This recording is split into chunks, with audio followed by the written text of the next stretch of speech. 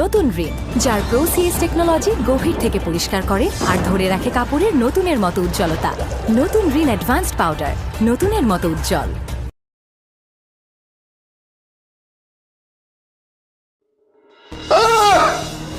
নবাব sir Salimullah যৌতুক নেবে না।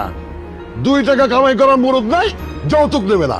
ভ্যাগাবন্ড হয়ে ঘুরে বেড়াবে, বেয়াদব একটা। দেখো না, তা তুমি আর এটা আমি একসাথে হাত ধরে হাঁটছি। বাবা সব সময় তোর পাশে থাকবে, একদম এই ছবিটার মতো। আব্বা আমার চাকরি হয়েছে। তোমার চাকরি হয়েছে? জি আব্বা। আলহামদুলিল্লাহ, খুবই ভালো খবর। খুশি হওয়াটা তো মানে কঠিন কোনো ব্যাপার না। খুশি হওয়ার জন্য তো এফোর্ট দেওয়ার দরকার নেই। খুশি তো একা মন থেকে আসে।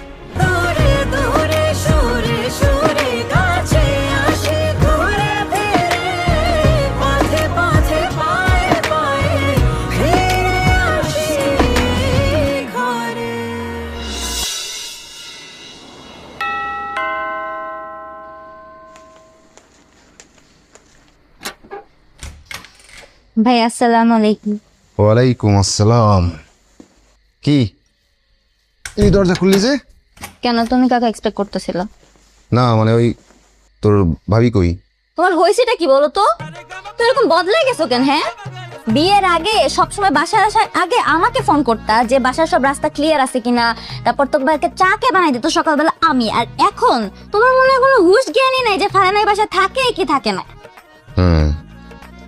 তোমার হুঁশ জ্ঞান নাই না? ভালোই পাকছস তুই। ও, এখন তোমার কাছে আমার উচিত কথা পাকনামি লাগা শুরু করছে। বাহ ভাইয়া বাহ, কিছু বলার নাই আসলে। কি চিল্লাপাল্লা শুরু করছে দেখো। কি হয়েছে ভাই বোনের, কি হলো? ভাবি তুমি তোমার জামাইকে প্লিজ একটু জিজ্ঞেস করো যে ওর বিয়ের আগে ওর সব সময় সব সমস্যা ওর পাশে কে দাঁড়াইছিল। কে দাঁড়াইছিল? ও ছিল। আমি ছিলাম। আর এখন কে আছে? কে আছে? তুমি আছো। আর এখন কাকে ভুলে গেছে? কাকে ভুলে গেছো? ওরে ভুলে গেছে। আমাকে ভুলে গেছে।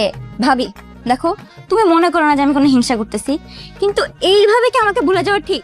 এই বাসায় একমাত্র সামির ভাই আমাকে বুঝতো। এখন সামির ভাই আমার খোঁজই নেয় না, পুরো বাদবের মতো শুরু করছে। এ তো পুরো আম্মার মতো নেকামি শুরু করছে। কি বলো তুমি? মামি ন্যাকামি করে? দাঁড়াও, এখন আমি বলতেছি। হ্যাঁ ওই, হ্যাঁ, এদিকে বসো তো, বসো বস।